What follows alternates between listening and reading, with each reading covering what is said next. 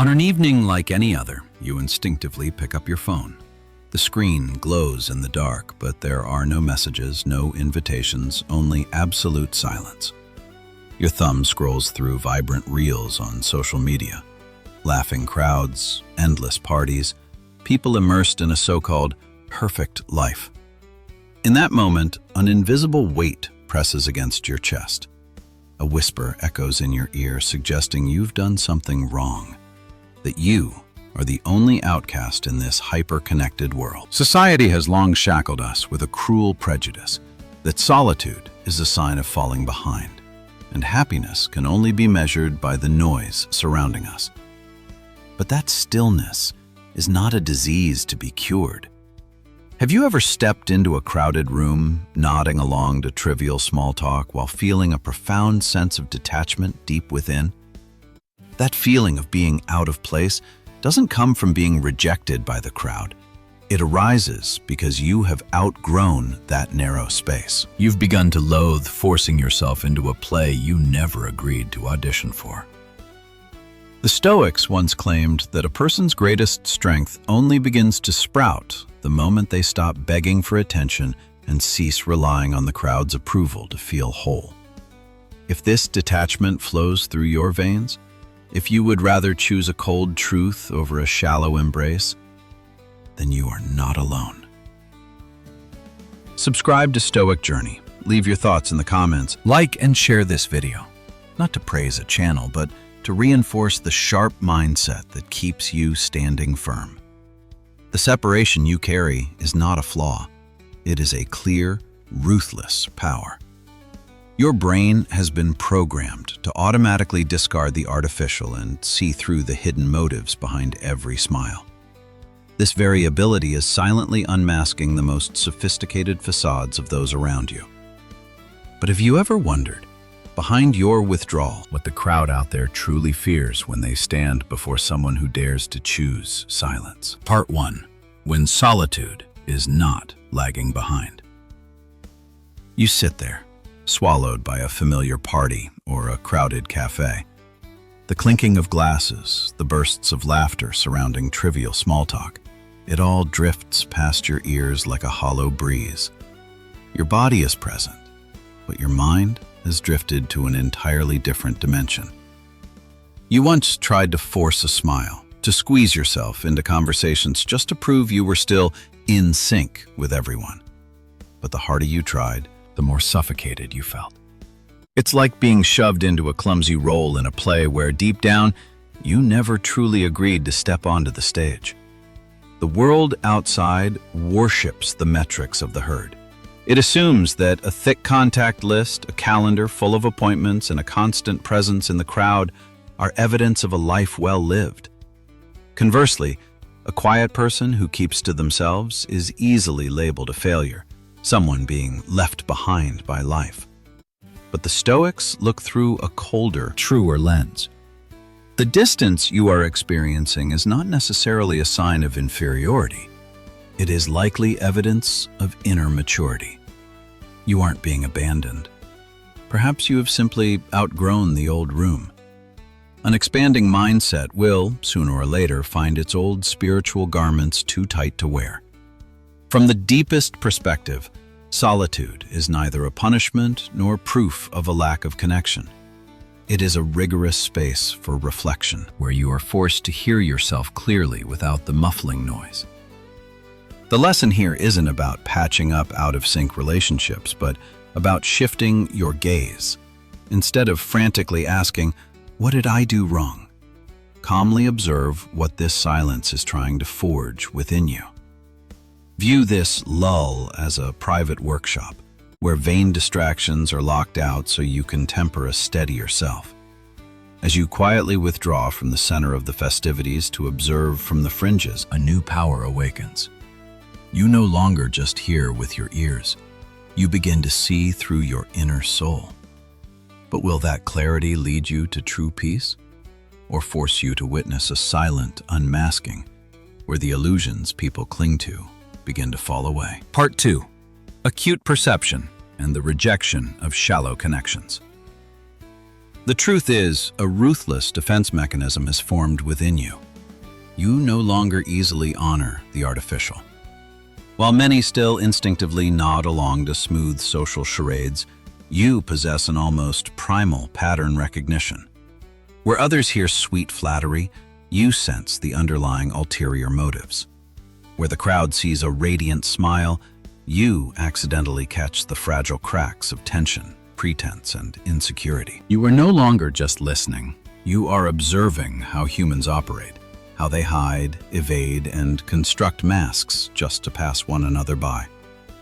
In the middle of a gathering, as conversations loop around bland topics like the weather, fleeting trends, or office gossip, you feel your energy being drained drop by drop. It isn't just boredom, it's an internal erosion. Your mind demands more. It hungers for depth, for weighted questions, for perspectives sharp enough to touch the essence of humanity and life. Forcing yourself into these shallow dialogues feels like trying to breathe in thin air, where everything seems normal to others, but for you, it is increasingly suffocating. Perhaps more than once, you've tried to put a truer question on the table, a sharper insight, or a perspective that touches the core, only to receive awkward glances, forced smiles, and hasty deflections. The crowd often recoils from depth because the truth carries a weight that minds accustomed to the surface cannot easily bear. Therefore, your silence is not an expression of arrogance, nor a disdain for others. It is simply your refusal to distort yourself, your refusal to lower your internal standards just to buy a sense of belonging to a hollow collective. Do not try to blunt your sharpness just to fit into a world that fears depth. There are times when silence is not a dead end, but a strict filter that helps you preserve your spiritual dignity. But more importantly, the gap between you and the world doesn't just come from your weariness of shallow connections. Your stillness, though unintentional, often awakens a very primal insecurity in those across from you. They are wary not because you are cold, but because your overly sober gaze is inadvertently illuminating the parts of themselves they have spent a lifetime hiding from. Part 3. Becoming a mirror. The real reason the crowd fears you. The fracture in your old relationships doesn't stem from you becoming dull or unapproachable. The crowd retreats, sometimes reacting with coldness or exclusion, because your silent presence inadvertently shatters an underlying contract that many live by. I won't touch your mask if you continue to applaud my performance. When you stop cooperating with that charade, you immediately become a mirror. And what people find most unsettling isn't being judged, it's being forced to see themselves more clearly than they ever desired. Carl Jung once pointed out that the most terrifying thing is not the darkness outside, but the moment a person must fully face themselves. Most people do not live as peacefully as they appear. They are merely trying to fill their internal voids with laughter, fleeting connections, and constant validation from others. Therefore, when they stand before someone who can stand firm without the crowd's confirmation, the hollow gaps they've tried to hide are suddenly exposed. What they fear isn't necessarily your independence or depth, but their own awakened insecurity. That truth makes them uncomfortable, and the first human instinct toward discomfort is usually to retreat or to attack. You've likely sat among a familiar group listening to someone drone on about a glamorous life while the reality beneath is crumbling, or witnessing someone constantly complain about a tragedy of their own making, yet refusing to change. Around them, everyone nods, plays along, and offers cheap sympathy to maintain the comfort of the atmosphere. But you just sit there, calm, refusing to join in or fuel the illusion. You don't need to say anything harsh. Your refusal to be an accomplice is enough to crack that shell. Very quickly, you are labeled with familiar tags: cold, detached, arrogant, or difficult. But deeper down, it is simply the reaction of those who are bothered because your presence makes it impossible for them to continue lying to themselves completely. The lesson at this boundary is simple yet ruthless. Do not bend yourself just to soothe the insecurity of others. When someone leaves, distances themselves, or quietly excludes you, do not rush to see it as evidence that something is wrong with you. Often, it is just a natural filtration process where connections that no longer share the same level of consciousness automatically fall away. You aren't losing the people who truly belong on your journey. You are simply leaving a crowd held together by pretense and compromise. And that steadfastness, even if paid for with solitude, is the first threshold leading you to a deeper power. The power of one who no longer lives to be approved. Part 4. Natural resistance and the privilege of self-sovereignty. This world operates by countless unwritten codes that most people follow almost unconsciously. From small social circles to glamorous corporate environments, there is always a pressure called consensus, forcing every individual to grind themselves down to fit a pre-made mold. But the moment someone demands you nod to something that goes against your core values, a deep resistance will immediately rise within you. This is not impulsive rebellion, nor is it a habit of being contrarian just to be different. It is the survival instinct of an intact self, refusing to be bent just to trade for the feeling of being accepted. Recall those long, tedious meetings where a flawed plan or a hollow decision was presented as if it were an unquestionable truth? While the majority chose to nod for the sake of safety, you sat still and felt your entire body reacting to the artificiality filling the room. You don't need to shout your opposition.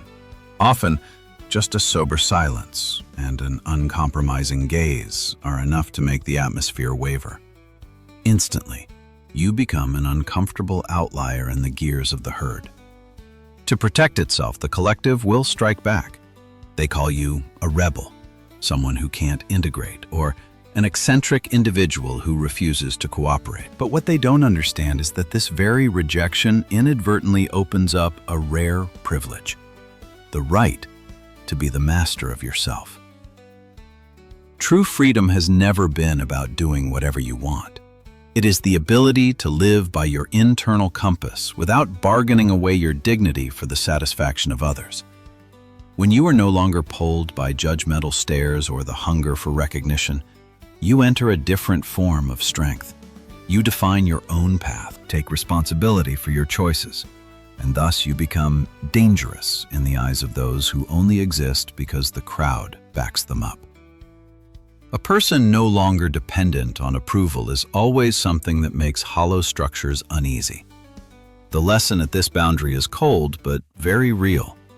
The feeling of being pushed out, the collisions with prejudice, or the isolation you taste is not the end, but the forge of an independent spirit. Accept those scratches as the necessary price to keep your soul from being bought. For when you have stopped living by the signals of the crowd and reclaimed your right to self-determination, your eyes will no longer be trapped in the trivialities of the present. Your mind begins to turn toward a different depth, where time becomes more finite, and the important question is no longer how to be accepted, but how to live so as not to betray your greatest potential. Part 5. Living in the future, crafting a legacy from stillness. The majority of people out there are held captive by the short-term loops of instant gratification. They burn their time on fleeting pleasures, mind-numbing distractions, or petty office politics, believing these to be the center of their existence. But your mind no longer belongs to those shallow waters. You have begun to live in the future tense, seeing the chain of consequences behind every small choice and feeling each grain of time's sand slipping quietly through your fingers. This realization makes it impossible for you to live superficially any longer. Within you burns an urgent drive to build something more durable than a moment, larger than a temporary emotion, and strong enough to remain after the noise of the present has faded. Look at those weekend nights when the crowd rushes toward the lights, the sound, and the comfort of blending in to temporarily forget the emptiness within. You, meanwhile, in a quiet room under a solitary lamp, are toiling away, perfecting a project, sharpening a philosophy, or laying the foundation for a life of greater weight. You gradually realize a cold truth. No one can build a legacy if their entire life energy is consumed by a packed social calendar. Every hour stolen by shallow conversations, meaningless invitations, or the need to constantly appear before others is a piece of your future being robbed. At some point, a sober individual must choose to be liked in the present or to quietly create something of more lasting value than fleeting applause.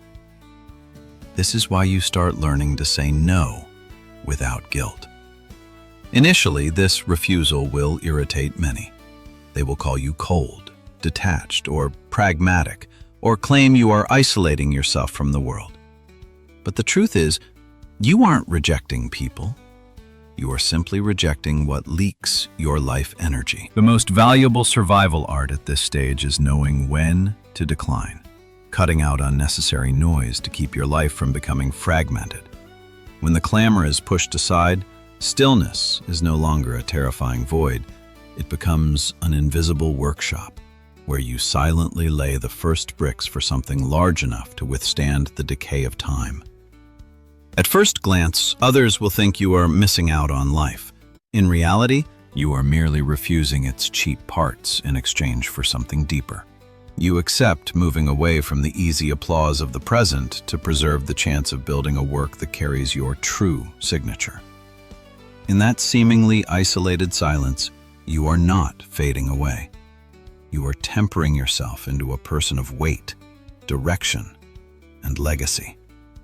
The ultimate question is no longer why you differ from the crowd, but whether this very period of solitude is life's final gift, a necessary darkness where the most enduring light within you is formed.